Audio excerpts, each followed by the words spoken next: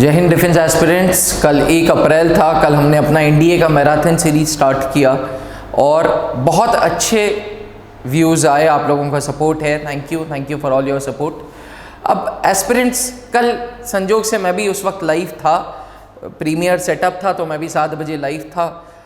एक set of question आया मेरे पास जो मैंने सोचा कि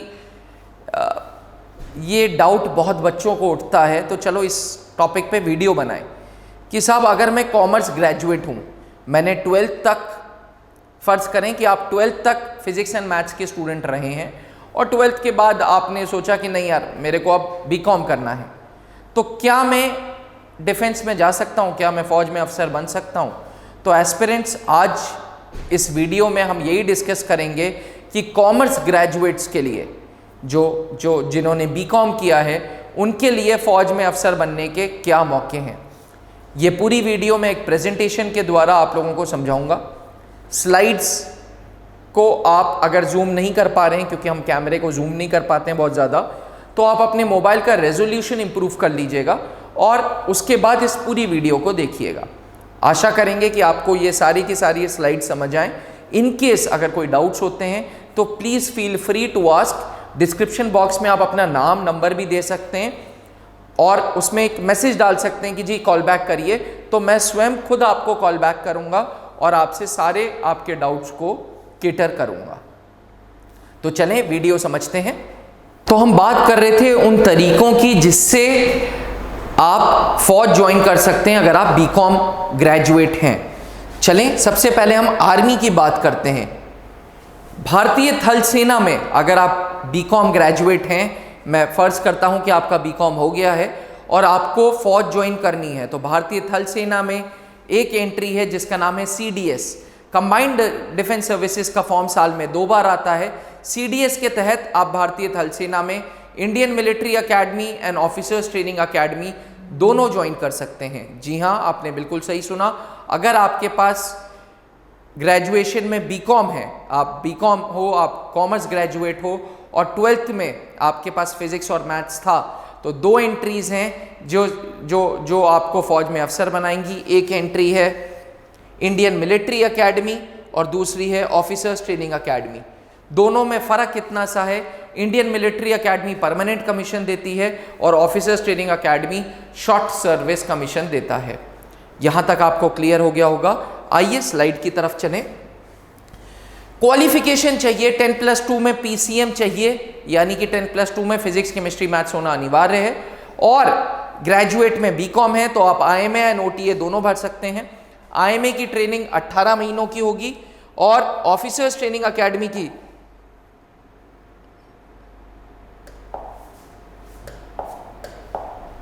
इंडियन मिलिट्री अकेडमी की ट्रेनिंग 18 महीनों की होगी और ऑफिसर्स ट्रेनिंग अकेडमी की 49 वीक्स, लगभग 11 महीने पढ़ते हैं। ये भी इंडियन मिलिट्री अकेडमी 18 महीने और ऑफिसर्स ट्रेनिंग अकेडमी 11 महीने।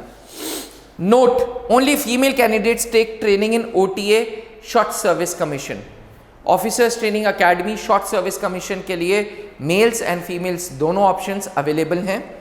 और बीकॉम ग्रेजुएट्स के लिए इंडियन मिलिट्री अकेडमी का रास्ता द्वार खुला हुआ है, प्रोवाइडेड 10+2 में मैथ्स एंड फिजिक्स हो।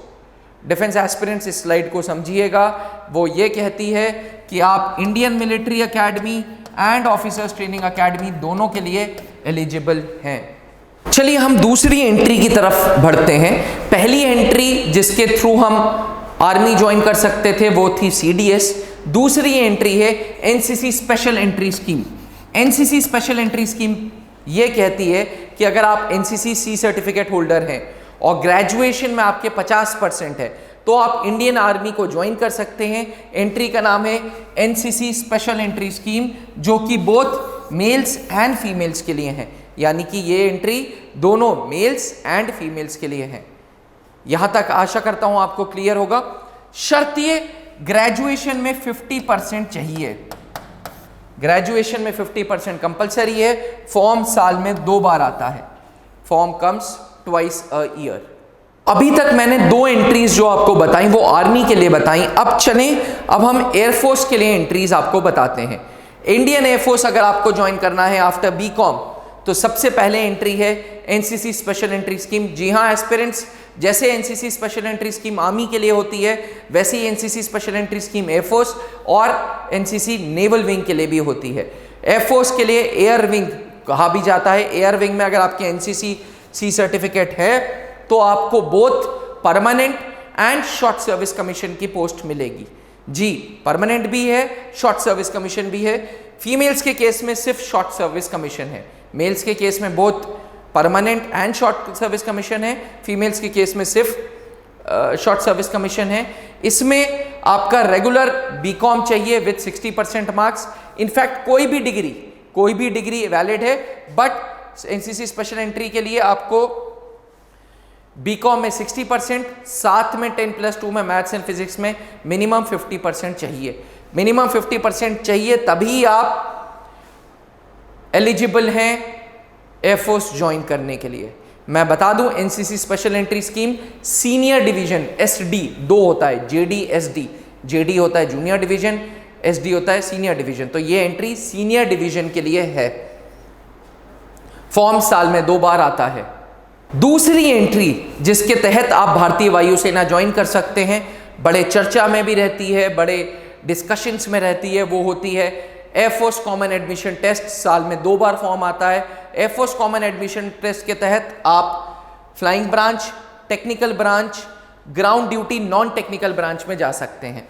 मैं फिर से बता दूं, FCAT के थ्रू आप flying branch, technical branch and non technical branch में जा सकते हैं। लेकिन अगर आप बीकॉम ग्रेजुएट हैं तो आप flying branch and non technical branch में जा सकते हैं। टेक्निकल ब्रांच सिर्फ और सिर्फ इंजीनियर्स के लिए होती है।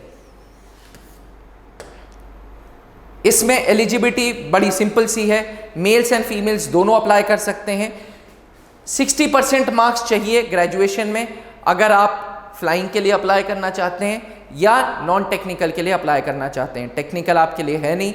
हर वो बीकॉम ग्रेजुएट एयरफोर्स में फ्लाइंग ब्रांच भी जा सकता है और नॉन टेक्निकल ब्रांच भी जा सकता है। एस्पिरेंट्स, अक्सर हमें ये डाउट होता था कि भाई अगर हमारे पास हम बीकॉम है so we can not join Indian air force.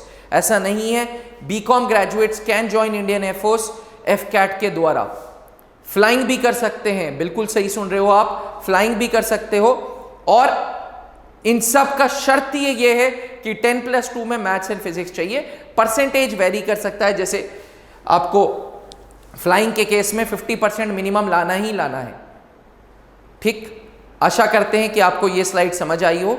फिर से सुनिएगा, ध्यान से सुनिएगा, क्योंकि ये चीज़ बहुत ज़रूरी है आप लोगों को समझने कि अगर आप एक एयरफोर्स को टारगेट कर रहे हो, भारतीय वायुसेना को टारगेट कर रहे हो, एज ऑफिसर आपको जाना है और आपको फ्लाइंग करनी है, लेकिन आपके पास ग्रेजुएशन में साइंस की स्ट्रीम नहीं है, आप बीकॉम हो, तब भी आप फौज ज्वाइन कर सकते हो, तब भी आप फ्लाई कर सकते हो, पर शर्त है आपके पास 10+2 मैथ्स एंड फिजिक्स हो। तो अभी तक हमने बात की आर्मी में जाने की, अभी तक हमने बात की एयरफोर्स में जाने की। अब हम बात करेंगे बीकॉम ग्रेजुएट्स कैसे नेवी में जा सकते हैं। बीकॉम ग्रेजुएट्स अगर नेवी में जाना चाहें तो एक रास्ता है, जो रास्ता है उसका नाम है एग्जीक्यूटिव ब्रांच।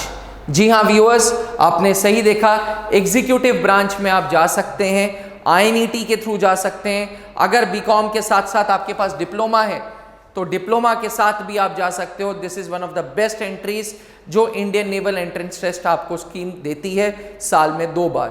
तो फिर से ध्यान से सुने कि अगर आपके पास बीकॉम है तब भी आप भारतीय नौसेना ज्वाइन कर सकते हैं। You will be joining executive branch. जी हाँ, एग्जीक्यूटिव ब्रांच ज्वाइन करेंगे आप, वहां पे टेक्निकल ब्रांच या पायलट या नेविगेटर ये वाली पोस्ट नहीं ज्वाइन करेंगे। आशा करता हूं कि आपको वीडियो अभी तक समझ आई हो। डिफेंस एस्पिरेंट्स, आज की इस वीडियो में हमने डिस्कस किया है कि कैसे बीकॉम ग्रेजुएट्स फौज ज्वाइन कर सकते हैं, कैसे B Com holders army, Air Force, navy में ऑफिसर बन के सर्व कर सकते हैं नेशन को।